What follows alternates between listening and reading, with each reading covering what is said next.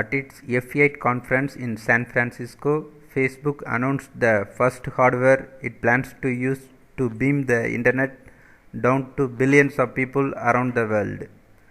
Codenamed as Aquila, the solar-powered drone has a wingspan comparable to a Boeing 737, but it weighs less than a small car. It will be powered by solar panels on its wings, and it will be able to stay at altitudes of more than 60,000 feet for months at a time. Facebook says it will begin test flights this summer, with a broader rollout over the next several years. The second part of planetary connectivity is making sure that everyone can participate in the internet. This is a problem that all of us in this room probably take for granted. You're all here on 4G or possibly Wi-Fi, and it probably wouldn't surprise you that 4G distribution across the world isn't that broad. There's many places in the world that don't have access to 4G. You say, well, what about 3G? Yep, more people have 3G access, and even if you go back to Edge or 2G, which most of you probably haven't used for a decade, it still doesn't cover the entire planet. We'd estimate 1 to 3 billion people do not currently have access to internet data. And when you tease apart this problem and try to understand why is it that people can't get internet access, it's actually a basic lesson in economics and geography. In dense urban areas, it is economically feasible to recoup the massive capital investments telcos have to do to provide internet access. You're doing terrestrial infrastructure, where you're literally digging ditches and laying fiber or stringing fiber across poles. They're putting up cell phone towers. You're doing lots of work on the ground to provide this access. And this costs billions of dollars that you need to recoup over a large subscriber base.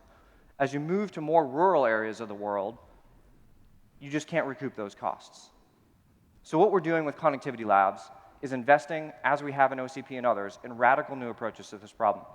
And this basically means going to the sky. You have to have satellites, drones, and other things that don't require the massive investments in terrestrial infrastructure in order to affordably provide internet access for this world. This is a picture of Aquila, our first prototype for our unmanned aerial vehicle. This is a solar-powered drone built by a team who has the record for the longest ever solar-powered drone flight. The idea of this is to loiter across an area at very high altitude, 60 to 90,000 feet in the air, stand on station for months at a time, and beam down backbone internet access. From this photo, it's hard to get a sense of scale, and this is an early prototype for testing out the aerodynamics. To give you a sense of the scale of this thing, this is us actually constructing the full-scale version. This is several wing segments, so this is actually one of the wing segments. And if we were to show this thing in real life, it is the wingspan greater than a 737 plane. All of you are probably familiar with that. And it has the mass of a small car. So it's a massive wing structure with solar panels so that it can stay aloft for long periods of time. This is one of many initiatives that we're doing that we'll be able to talk in a lot more detail about later this year to provide internet connectivity for the whole world. So that's phase one.